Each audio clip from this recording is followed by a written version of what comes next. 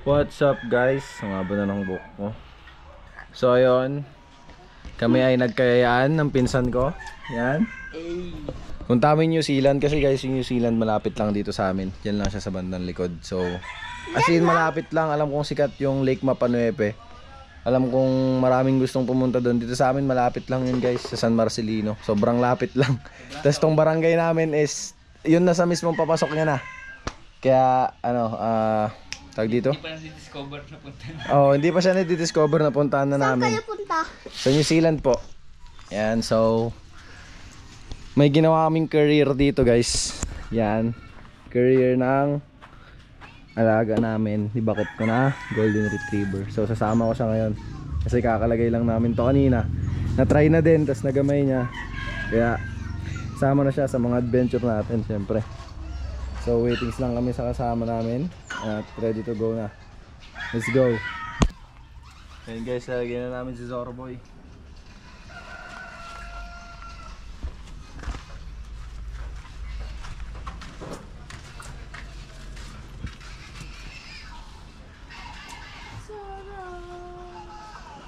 Dito go na kami.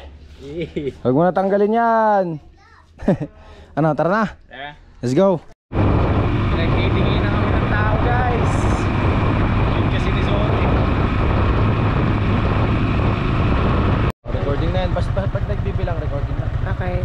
Alright, let's go Zoroboy. Let's go. Let's may transition mo rin sa view. Ang tubo ka rough road dito. Hindi pwedeng mababa sa sakyan mo dito.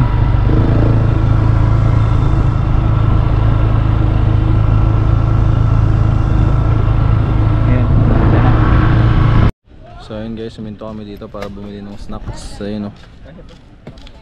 Guys, kapag pupunta kayo dito at hindi kayo taga San Marcelino, minto kayo dito kasi merong bayad, 30 pesos per head ata. Ayan, so dito naman sila yung mga bantay dyan. Pwede rin kayong mag dito, rent ng guide kung hindi nyo alam kasi nakakaligaw yung daan pa loob eh. So ayun sa atin naniningil na dun o. So ayan, kita tayo dun guys. Let's go.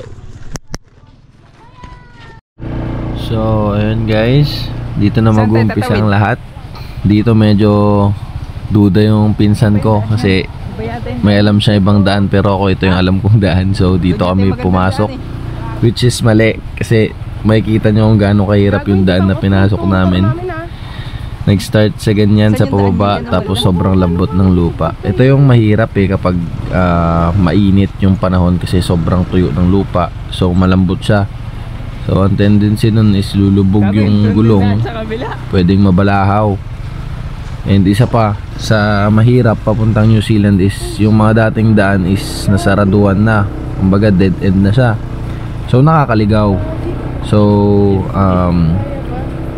may advice ko lalo na sa mga first timer na pupunta sa New Zealand is kuha ng tour guide or magsama ng merong alam papunta sa New Zealand kasi mahirap maligaw, mahirap yung paikot-ikot dyan, lalo na't ganyan yung daanan guys. So may mga tubig-tubig pa. So the best is kuha kayo ng tour guide kasi bago naman kayo pumasok dito sa Kalaharan eh merong nag-aabang dun na pwede nyong bayaran para ituro sa inyo yung daan at hindi na kayo mahirapan tulad namin na maligaw kasi nagmagaling kami.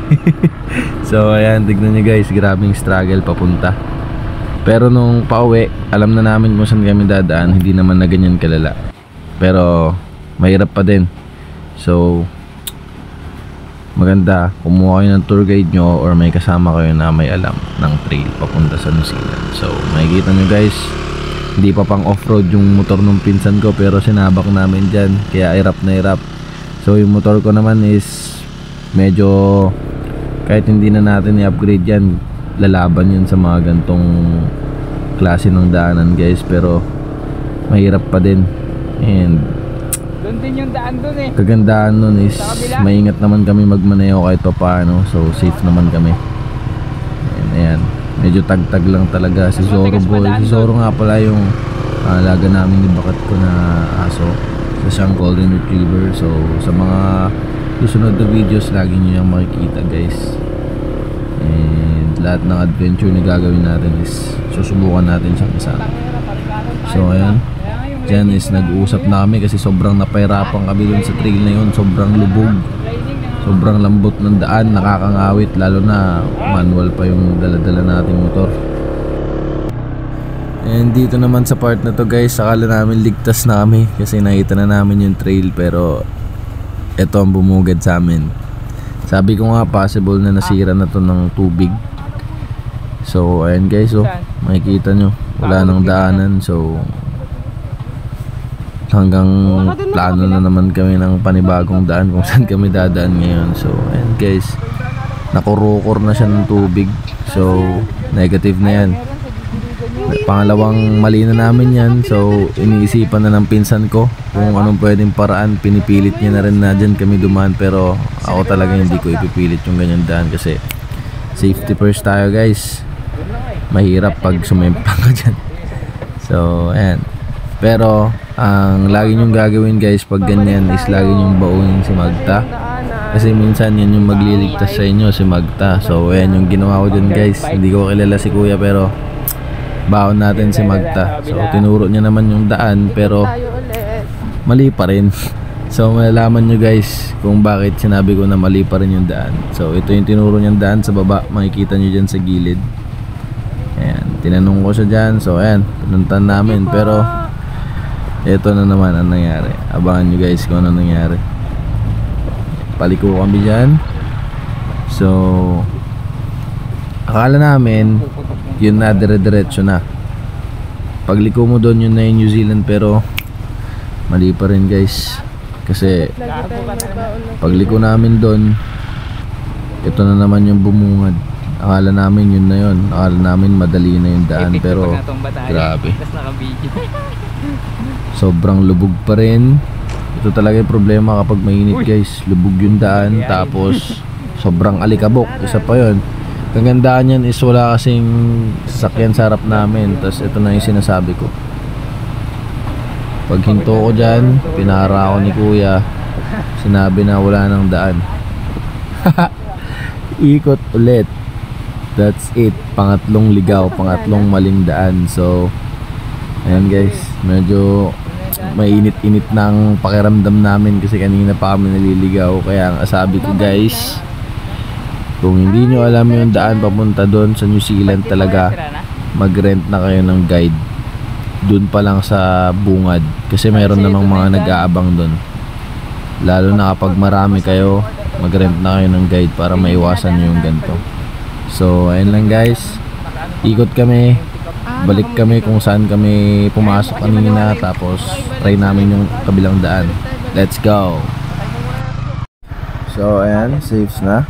So nakita na namin yung mismo New Zealand, nakita na namin yung mga pine trees, nakita na namin yung maraming tao. So ayan, agad-agad na rin kami pumunta doon para makasilong na rin kasi mainit guys, mainit yung biyahe. And si Zoro Boy hinihingal na din, kailangan ko siyang pagpahingayin at painumin ng tubig. So diretso na guys, ayun na yung New Zealand guys. Papansin nyo may mga tindahan na rin dyan, may mga CR. Kaso wala tayong signal, syempre wala signal dyan guys, yun ang pagkakaalam ko. So ayan, pinasok na natin agad. And yung araw ngayon ay January 3. So ang dami pa rin tao guys, sobra. And ang dami na nagsiuwian, pero ganyan pa rin karami yung tao sa loob. Hindi nyo lang mapapansin sa video guys kasi nakapwesto na sila sa mga kubo nila guys, pero ang dami pa rin tao. Dyan banda madadaanan naman namin yung pinakatindahan kung saan ando doon yung mga bantay, ando doon din malapit yung CR. So ayan, ganda guys. So mas maganda yung kulay ng New Zealand kapag kakatapos ng tag-ulan kasi sobrang green. Ngayon guys kasi tag-tuyot eh, so medyo ma-brown, ganyan siya yung grass nya. Sa ibang part medyo ma-brown, pero pag tag-ulan yan guys, green na green yan. So sobrang ganda niyan. So ayan, nagpaplano kami kung saan kami pwesto. And ayun, napag-decide namin na doon kami sa dulo kung saan lang tao, pero Ganda na sana ng spot pero may bumungad sa amin na hindi ka aya-aya guys. Abangan nyo. Let's go! What's up guys? Nakarating na kami. Dito na kami magme-merienda. So tingnan nyo naman guys. Napakaganda. Yun o. Solid pero medyo masakit sa mata pagdating dito sa dulo. Tingnan nyo guys. Grabe yung basura guys. Sakit sa mata. Sakit sa mata nito. So di namin alam kung kailan to, pero sana matanggal rin agad kasi. So ayun guys, makikita nyo ang daming nakakalat na basura. So ang nangyari dyan is nakalagay yan sa isang malaking plastic and nagstay yan ng overnight dyan. So kaya yan naging ganyan kakalat guys is kinalat yan or kinalkal na yan ng mga nakakawalang baka guys. Kasi yung mga baka dyan is nakawala lang, wala silang tali, kaya sila yung nagkalkal dyan guys. Maraming beses na rin yan nangyari sa amin guys ng mga kasama ko. So ayun lang, pero sana malinisan syempre. Ayan, merienda tayo guys. Set up lang, dinala ko yung dalawang upuan ko at hiramin ng pinsan ko tsaka ng asawa niya. Ako, patayo-tayo lang, banding lang kami ni Zorboy. Let's go. So yan guys, silipin natin yung tubig niya. Pinagbabawal maligo dito guys eh.